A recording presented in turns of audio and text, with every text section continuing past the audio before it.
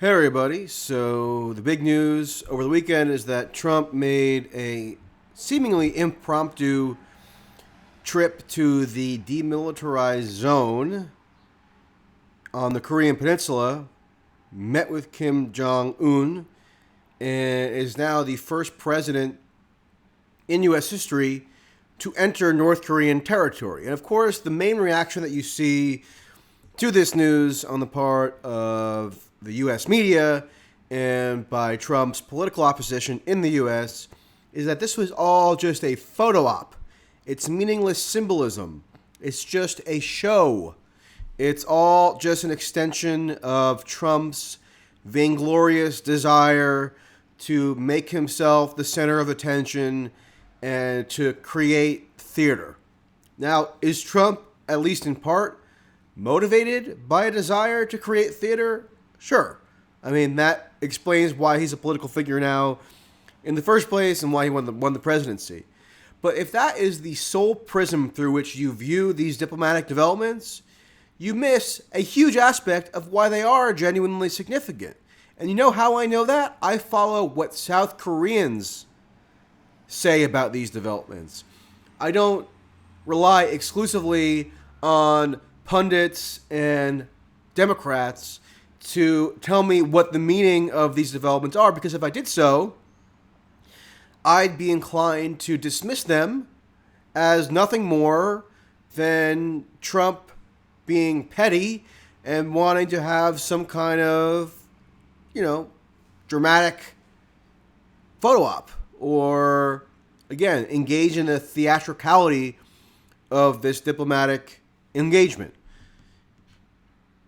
So that's been a feature of this story from the beginning, since the first summit that Trump and Kim had in June of 2018. It's been snidely denigrated by Democrats, by these think tank experts, etc., as ultimately meaningless and all about the imagery. But that's simply not what South Koreans themselves say. President Moon of South Korea is enormously popular, and he has been a driving force behind these negotiations. He actually helped to facilitate the meeting over the weekend at the demilitarized zone after Trump had put out a tweet saying, Kim, if you're reading this, let's meet up. Like, he was a teenager or something going to a party, which is kind of funny. But it worked, at least in the sense that it achieved the desired result of facilitating a meeting. And Moon of South Korea was there all along. He accompanied Trump to the demilitarized zone. Moon himself had visited North Korean territory recently, which was also historic in its own right. And as the meeting was underway, there are photos you can see of Moon watching it from a distance in approval. And then once the meeting concluded, Moon celebrated it and said that it actually was a significant breakthrough for the resumption of these diplomatic talks, which are very sensitive. And yeah, are they personality-based in the sense that Trump is trying to leverage his influence as a political figure and as an outsized personality to actually achieve something which has not yet been achieved with North Korea? Yeah, he's doing that. But what's his ultimate objective, at least ostensibly? It's to reduce conflict with North Korea, or at least the potential for conflict. Remember, the Korean War started 70 years ago, and since then, the U.S. and North Korea are still technically combatants in that war, which is part of the reason why there's a massive U.S. troop presence in South Korea in the first place now, decades later. So there's no formal peace treaty that, officially ended that war. So it's still in a combatant type phase. Obviously, there hasn't been direct hostilities in a very long time, but you're still in a warlike posture, which is why these diplomatic breakthroughs are significant. And let me just tell you what somebody who is a South Korean analyst at a Korean media entity, so somebody who's actually speaks Korean and is aware of the political dynamics that are happening on the peninsula. Here's what she said. Her name is Rachel Min-young Lee. Also significant is that the North Korea media has reported on the Kim-Trump Panmunjom meeting that the media has mentioned that the, quote, denuclearization of the Korean peninsula. State media had noticeably avoided using that term after Hanoi, meaning the most recent summit in February. This seems to suggest a certain level of confidence in negotiations on Kim's part. So that means that there actually was a substantive development there, according to the reaction that you can observe if you take the time to actually analyze what Koreans are saying.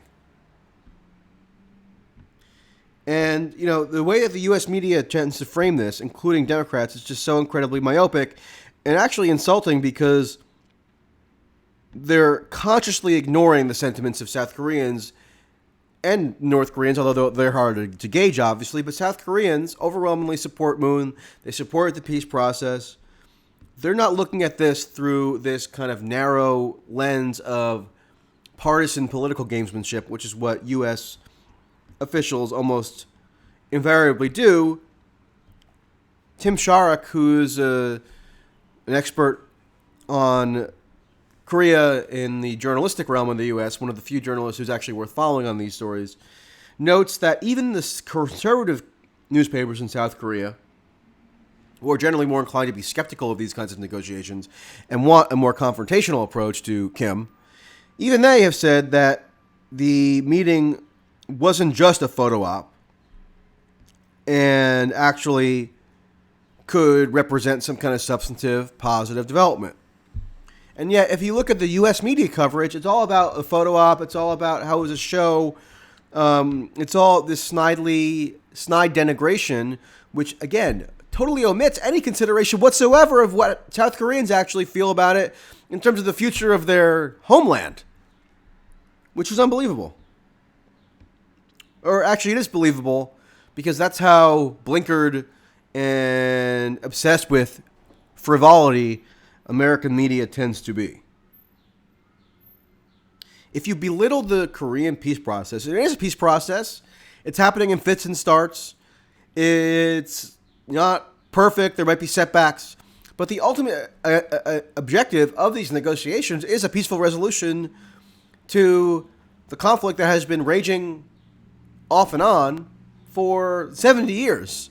So it is legitimate to call it a peace process, but if your main reaction to it is simply to belittle it out of reflexive hatred of Trump, you're proving yourself to be so incredibly lazy and myopic that you should just be discarded as a viable commentator because you're just showing how shallow you fundamentally are. And unfortunately, some of the Democratic candidates have taken this line. Elizabeth Warren said yesterday through Twitter, our president shouldn't be squandering American influence on photo ops and exchanging love letters with a ruthless dictator. What does that mean? What influence has been squandered? Is America no longer the sole military superpower in the world? Or is its global influence somehow diminished by virtue of having person-to-person meetings with this particular leader? Nobody could ever quantify that. It's just kind of a cliche that gets bandied about when you want an excuse to undermine diplomatic efforts for partisan purposes. And let's also hone in on one distinction that gets elided. So meeting with a ruthless dictator, right? That's what gets cited as the reason why these negotiations are supposedly so horrible. But if you're the head of the American government, you necessarily have to deal with world leaders, right? Including some who are ruthless and brutal.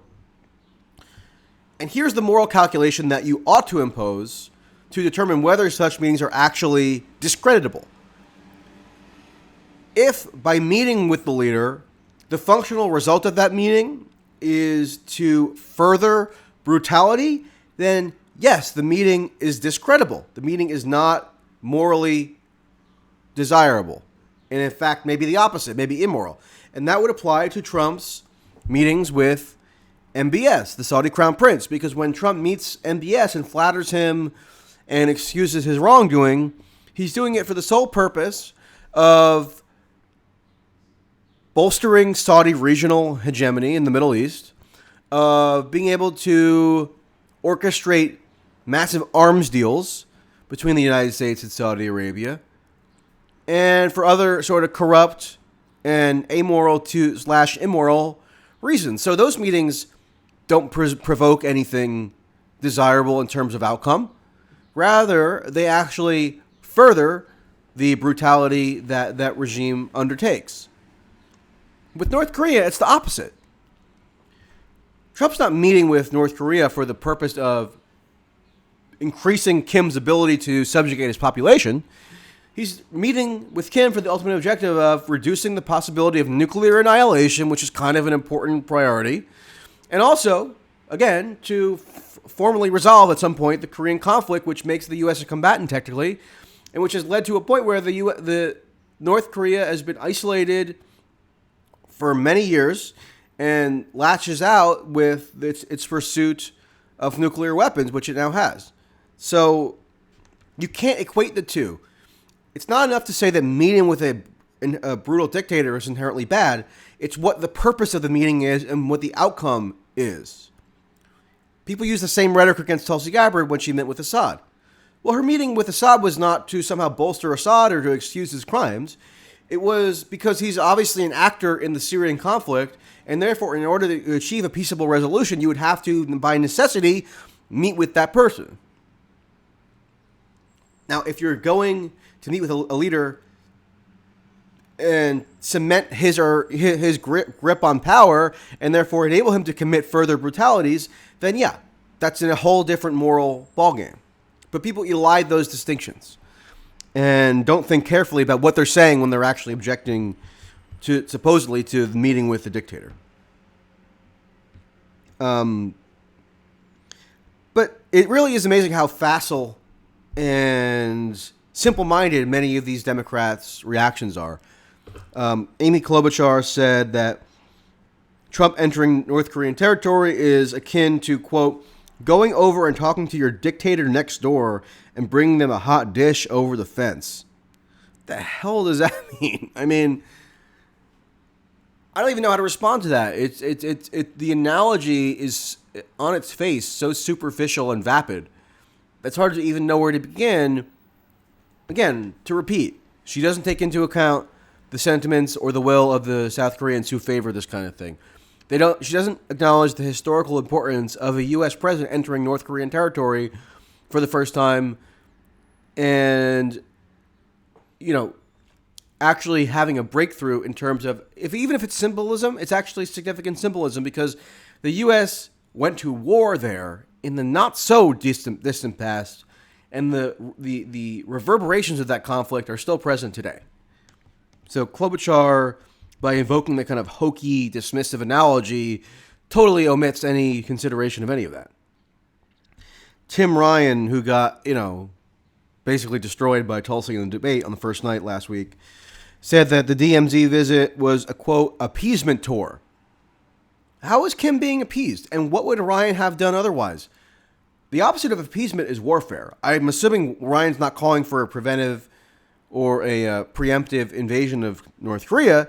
So then what would he prefer? They don't provide any alternative solutions. But, this is what you have to expect from Democrats who are basically capitalizing on the mood of the electorate toward Trump, which is overwhelmingly negative, at least in the Democratic Party, and therefore can't step back and dispassionately analyze potentially positive outcomes that could come about as a result of these negotiations. And that's a trend that you've seen since the first summit last year and then the second one this year, and then leading up to now over the weekend with an additional meeting. So kind of sad to watch. Anyway, I'll leave it there for now. Consider subscribing on YouTube. Consider a contribution through PayPal or Patreon. I was in South Carolina and Miami all last week doing a lot of different stuff, which you've seen through videos on this channel, through podcasts. through written articles and tweets, etc. And that takes resources to do. So obviously I appreciate your contribution if you can manage it. If you can't, that's okay too. And I will talk to you later.